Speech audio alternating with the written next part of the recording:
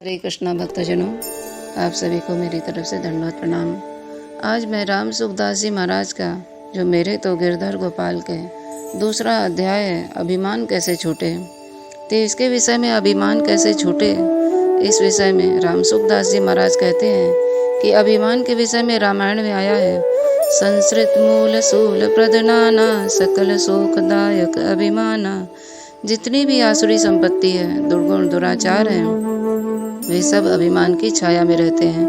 मैं हूँ, इस प्रकार जो अपना हूनपन अभिमान है, उसका अहम भाव है, वह उतना दोषी नहीं है जितना अभिमान दोषी है।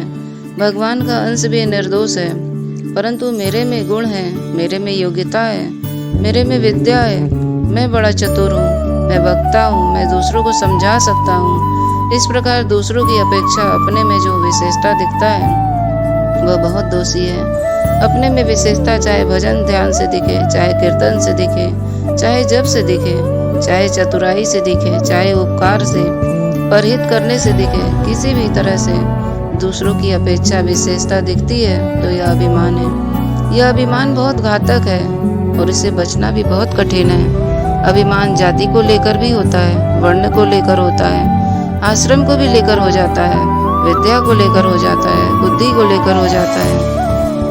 कई तरह का अभिमान होता है। मेरे को गीता याद है, मैं गीता पढ़ सकता हूँ, मैं गीता के भाव को सुविशेषता से समझाता हूँ, यह भी अभिमान में आता है। अभिमान बड़ा पतन करने वाला है। जो श्रेष्ठता है, उत्तमता है, विशेषता है, उसको अपना मान लेने से ही अभिमान आता है। यह अभिमान अपने उद्योग से दूर नहीं होता, प्रत्युत भगवान की कृपा से ही दूर होता है। अभिमान को दूर करने का जो जो प्रयास करेंगे त्यों त्यों अभिमान बढ़ता जाता है।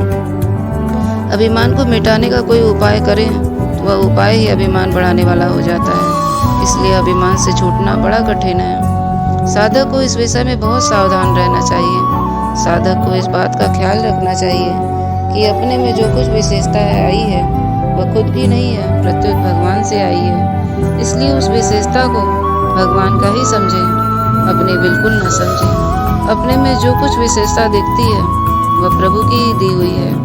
ऐसा दृढ़ता पूर्वक मन मान लेने से अभिमान दूर हो सकता है। मैं जैसा कीर्तन करता हूँ वैसा दूसरा नहीं कर सकता है। दूसरे इतने हैं पर मेरे जैसा करने वाला कोई नहीं। इस प्रकार जहाँ दूसरों को अपने सामने रखने का अभिमान आ जाता है वो अभिमान होता है।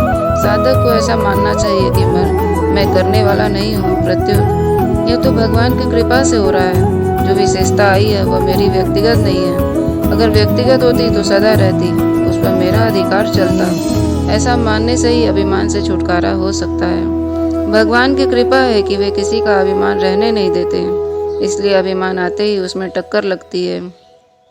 भगवान विशेष करके कृपा करके चेताते हैं कि तू कुछ भी अपना मत मान, तेरा सब काम मैं करूँगा।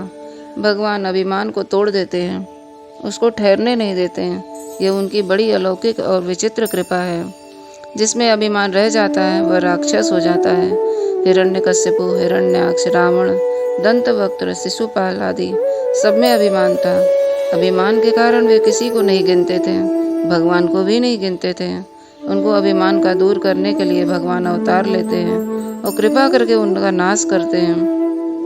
वास्तव में भगवान मनुष्य को नहीं मारते हैं, प्रत्युत उसके अभिमान को मारते हैं। जैसे फोड़ा हो जाता है तो वैद्य लोग पहले उसको पकाते हैं, फिर चीरा लगाते हैं। ऐसे ही भगवान पहले अभिमान को बढ़ाते हैं, फिर उसका नाश करते हैं। इस विषय में किसी का कायदा नहीं कर रखते हैं। भगवान स्वभाव का बड़ा विचित्र है।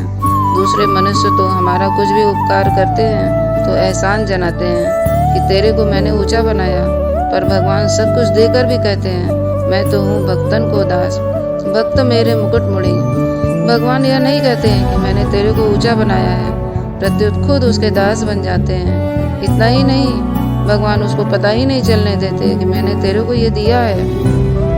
मनुष्य के पास शरीर, इंद्रियां, मन, बुद्धि आदि जो कुछ है वो सब भगवान की ही दिया हुआ है। वो इतना छिप कर देते हैं मनुष्य को कि इन वस्तुओं का अपना ही मान लेता है कि मेरा ही है, मेरी बुद्धि है, मेरी योग्यता है और मेरे सामर्थ्य से हुआ है। मेरी ही समझ है। यह तो देने वालों की विलक्षणता है कि मिली हुई चीज अपनी ही मालूम देती है। अगर आंखें अपनी हैं तो फिर चश्मा क्यों लगाते हो? आंखों में कमजोरी आ गई है तो उसको ठीक कर लो। शरीर अपना है तो उसको बीमार मत होने दो, मरने मत दो।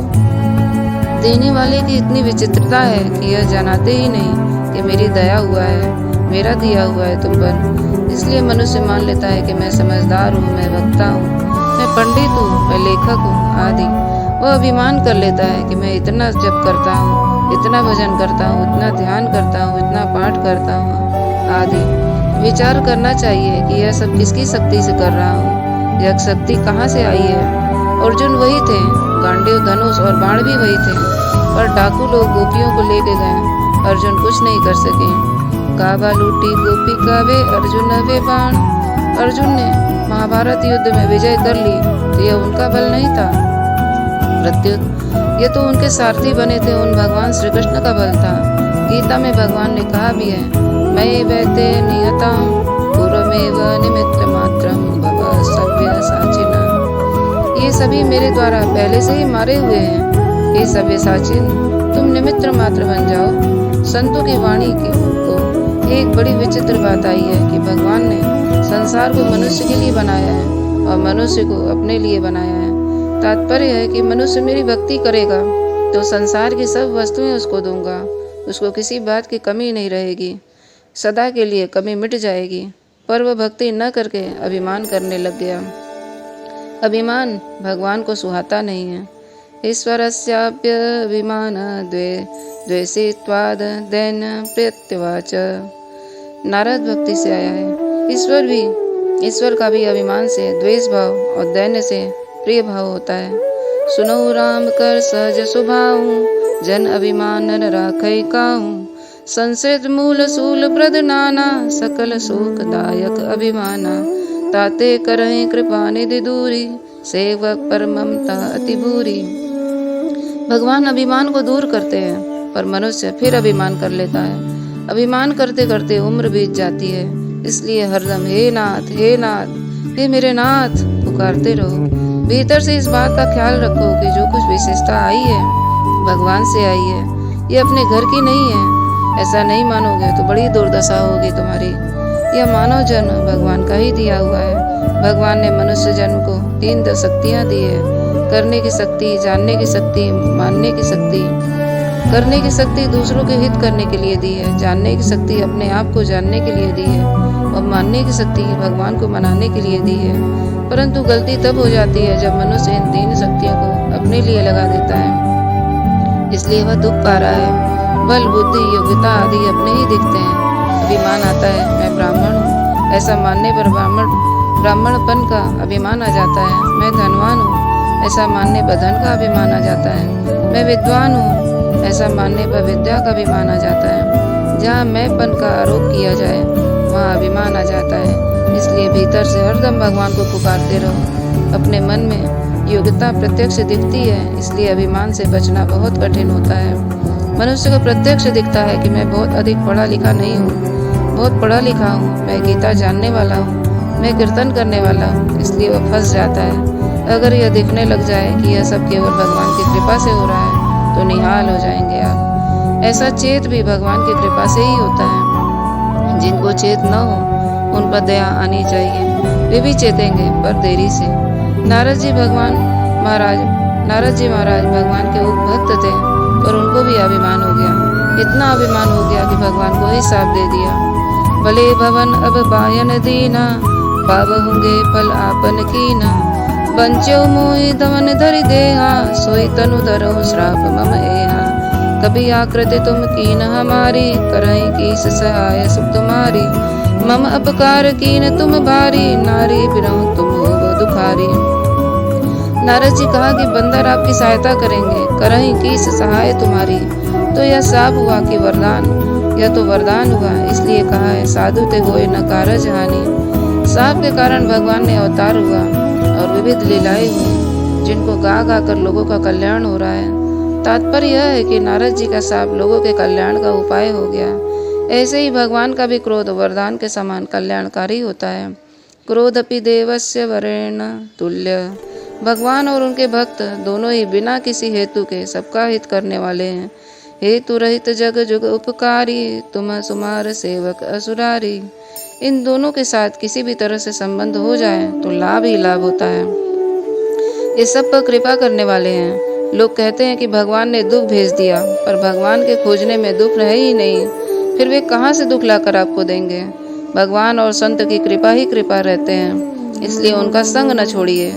मनुष्य जन्म में किए गए पाप 84 लाख योनियों में भोगने पर भी सर्वथा नष्ट हो जाते हैं। बाकी रह जाती है, फिर भी भगवान कृपा करके मनुष्य शरीर में दे देते हैं, अपने उद्धार का मौका देते हैं। मनुष्य मिले हुए को अपना मान लेता है। अब मिलने और बिछुड़ने वाले वस्तु को अपना मानने से वह वस्तु अशुद्ध हो जाती है। इसलिए शुद्ध करने से अंतःकरण शुद्ध नहीं होता, प्रत्युत अपना मानने से शुद्ध होता है।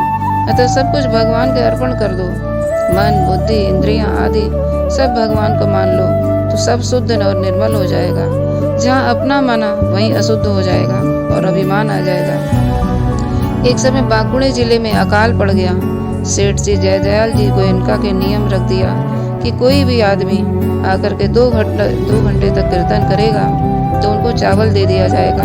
कारण कि अगर उनको पैसा दे देंगे तो उसमें वो अशुद्ध वस्तु खरीदेंगे, इसलिए पैसा न देकर चावल देते थे। इस तरह 100 सवा 100 जगह केंद्र बन गया, जहाँ लोग जाकर कीर्तन करते थे और चावल ले जाते थे। एक दिन सेठ जी वहाँ गए। रात्रि के समय बंगाली लोग इकट्ठा हुए। उन्होंने सेठ जी से कहा कि महाराज, आपने हमारे जिले को जिला बना दिया, नहीं तो बिना अन्न के भूखे लोग मर जाते हैं। आपने बड़ी कृपा की। सेठ जी ने बदले में बहुत बढ़िया बात कही कि आप लोग झूठी प्रशंसा करते हो। हमने मारवाड़ से यहाँ आकर जितने रुपए कमाए वे सब के सब लग जाएं, तब तक तो आपकी ही चीज आपको ही दी है, हमारी चीज तो है ही नहीं। हम मारवाड़ से लाकर यहाँ दें तब आप ऐसा कह सकते हो। हमने तो यहाँ से कमाया हुआ धन भी पूरा नहीं दिया। सेठ जी ने केवल सभ्यता की दृष्टि से यह बात नहीं कही, प्रत्युत हृदय से यह बात कही। सेठ जी के छोटे भाई हरे कृष्णदास जी से पूछा गया कि आपने सबको चावल देने का इतना काम शुरू किया है, इसमें कहाँ तक पैसा लगने का विचार किया है। उन्होंने बड़ी विचित्र बात कही कि जब तक मांगने वाले को जो दशा है वैसी दशा हमारी न हो जाए तब तक कोई धनी आदमी ऐसा क्या कह सकता है। उनके मन में यह अभिमान ही नहीं है कि हम इतना उपकार करते हैं। हम लोग विचार ही नहीं करते हैं कि भगवान हम पर कितनी विलक्षण कृपा है। हम क्या थे, क्या हो गए, भगवान ने कृपा करके क्या बना दिया, इस तरफ देखते ही नहीं, सोचते ही नहीं, समझते ही नहीं। अपने अपने जीवन को देखें तो मालूम होता है कि हम कैसे थे और भगवान ने कैसा बना दिया। गोस्वामी जी ने कहा है, नाम राम को कल्पतरु करि कल्याण निवासु, जो सुमिरत भयो भांगते तुलसी तुलसीदासु। हो तो सदा खरग असवार, तिहारोई नाम गयंद चढ़ायो। मैं कितना अयोग्य था, पर आपकी कृपा ने कितना योग्य बना दिया। इसलिए भगवान की कृपा की ओर देखो। हम तो कुछ बने ही नहीं, अपनी बुद्धि, बल, विद्या, योग्यता, सामर्थ्य नहीं बने हैं। जहाँ अपने मन में बुद्धि, बल आदि से बनने की बात आई वहीं अभिमान आ गया। हमने ऐसा किया, हमने वैसा किया। इस अभिमान से बचने के लिए भगवान को पुकारो। अपने बल से नहीं बच सकते, प्रत्युत भगवान की कृपा से बच सकते हैं। भगवान की स्मृति सम्मत विपत्तियों को नाश करने वाली है। हरि स्मृति सर्व विपद मोक्षणम। इसलिए भगवान को याद करो, भगवान का नाम लो, भगवान के चरणों की शरण में जाओ। उनके सिवाय और कोई रक्षा करने वाला नहीं है। भगवान के बिना संसार मात्र अनाथ है। भगवान के कारण से ही संसार सनाथ होता है। चलती चक्की में आकर सब दाने पिस जाते हैं, पर जिस कील के आधार पर चक्की चलती है उस कील के पास जो दाने चले जाते हैं वे पिसने से बच जाते हैं। कोई हरिजन उभरे कील माकड़ी पास, इसलिए प्रभु के चरणों में शरण लो और प्रभु को पुकारो। इसके सिवाय अभिमान से बचने का कोई उपाय नहीं है। हरे कृष्णा। तो राम सुखदास जी महाराज का इतना सुंदर विलक्षण कथा है। अगर हमारे अंदर अभिमान है तो इस कथा से हम सुन करके उस अभिमान को भगवान का कृपा मानकर दूर करने का प्रयास करना चाहिए। इसलिए सदा जपते रहिए हरे कृष्ण कृष्ण कृष्ण हरे हरे, हरे राम राम राम हरे हरे।